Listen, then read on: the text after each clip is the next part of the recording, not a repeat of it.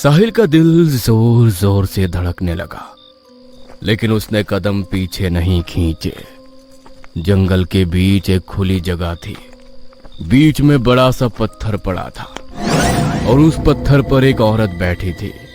खुले बाल, सफेद कपड़े, चेहरे पर अजीब सी थकान। वो उठी नहीं, बस बोली, आ गए तुम साहिल? साहिल का गला सूख गया। डॉक्टर चुड़ाला? औरत ने सिर हिलाया। हाँ, डॉक्टर चुड़ाला। डॉक्टर चुड़ाला नहीं साहिल, मेरी हत्यारिन। नताशा उसके पीछे आकर खड़ी हो गई। उसके होठ कांप रहे थे। क्या तुम्हारी हत्यारिन? लेकिन क्यों? क्यों मारा इसने तुम्हें? तुमने नताशा को क्यों मारा? चुड़ाला, उसने तुम्हारा क्या बिगाड़ा था? चुड़ाला बहुत देर तक चुप रही।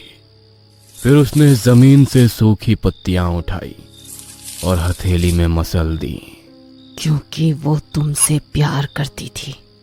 तो इसमें उसकी क्या गलती थी? चुड़ाला ने गहरी सांस ली। अब सुनो, मैं तुम्हें सब बताती हूँ।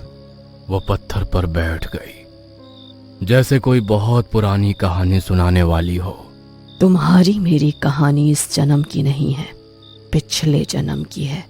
पिछले जन्म में मैं एक राजकुमारी थी, राजकुमारी चुड़ाला। महल में पली बढ़ी थी मैं। हर इच्छा पूरी होती थी मेरी, लेकिन मेरा दिल तन्हा था। नताशा ध्यान से सुन रही थी। तुम मेरे महल में एक साधारण सेवक थे।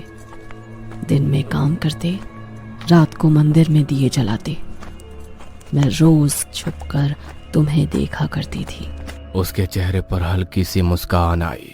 तुम कभी मेरी तरफ आंख उठाकर नहीं देखते थे, और यही बात मुझे सबसे ज्यादा खींचती थी। एक दिन मैंने खुद तुम्हें बुलाया। मैंने पूछा, तुम मुझसे डरते हो? और तुमने कहा था, नहीं राजकुमारी, मैं आपसे प्यार करता हूं और प्यार करने वाले डरते नहीं। नताशा की सिसकी निकल गई। इसे इस बात की बिल्कुल भी उम्मीद नहीं थी कि जिसे वो प्यार करती थी वो भी उससे प्यार करता है।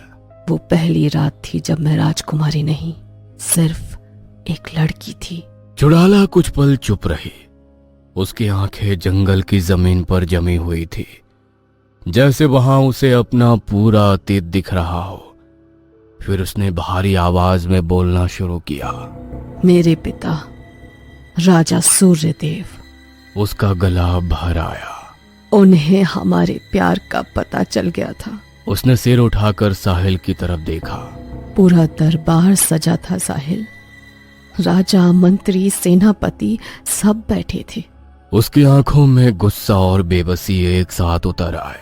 मेरे पिता ने कहा था, एक सेवक की औकात नहीं कि वो एक राजकुमारी का सपना देखे।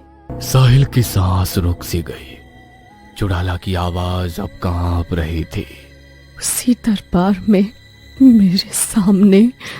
उसने पल भर के लिए आंखें बंद कर ली। तुम्हें घसीट कर ले जाया गया। उसकी आवाज टूट गई। मैं चीखती रही, अपने पिता के पैरों में गिर गई, रो रो कर भीख मांगती रही, लेकिन किसी ने मेरी एक नहीं सुनी।